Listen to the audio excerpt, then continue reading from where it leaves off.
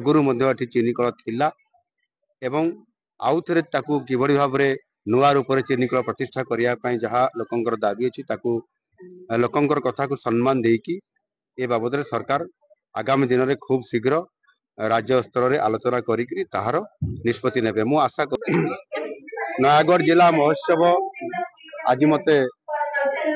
सम्मानित करी मुख्य अतिथि हिसाब से आज मते डाकी आगर प्रतिकूल परिस्थिति सत्वे कार्यक्रम सफलता पूर्वक आज होईची। नयागढ़ जिला एक ऐतिह्य संस्कृति संपन्न ये जिला ये प्राकृतिक सौंदर्य भरा कंटीनर नीलमाधव जहाँकि महाप्रभु जगन्नाथ आद्य रूप एभली एक गरिमामय ए अंचल उपस्थित रहा निजक सौभाग्य मन करुँच। जिले में शिल्प ही नहीं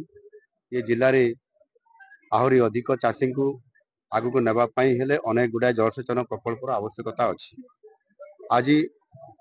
भूतांत जलसेचन प्रकल्प आज तार फॉरेस्ट क्लियरेंस हो जाइए खूब शीघ्र यार शुभारंभ कर चीनी कल जहाँ एठी गोटे बड़ दाबी हो आसूची आम सरकार या उपरे विचार विमर्श निश्चित भाव में करी आगामी दिन में जेहेतु ए अंचल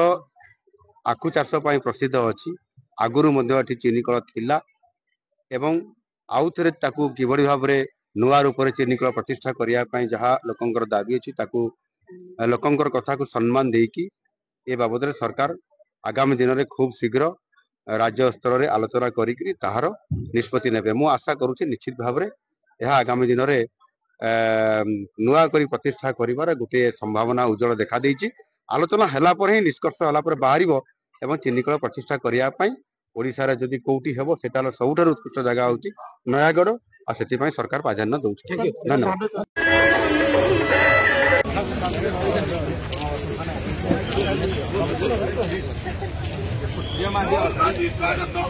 स्वागतम स्वागतम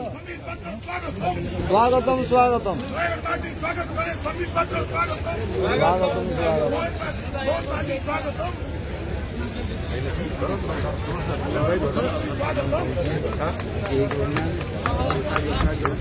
माननीय मुख्यमंत्री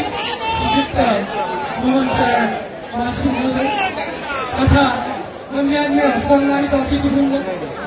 नयन पथगामी भवतु मे जगन्नाथ स्वामी नयन पथगामी भवतु मे।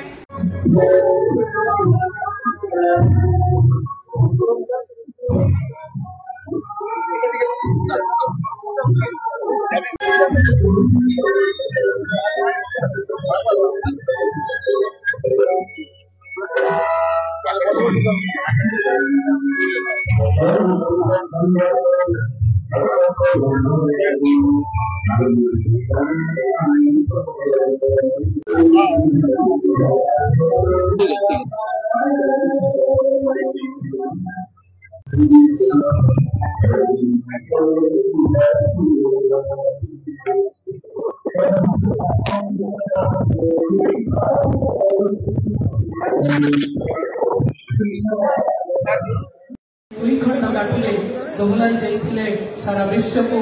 ए माटीर आरण्य आज उन्मोचन होछि। आज नयागढ़ महोत्सव 2024 प्रथम दिवस हीरांकर माटी कवि हरेकृष्ण पट्टनायक माटी शिव नीलामृत श्रीकृष्ण नीलामृत महाकाव्य रचयिता कवि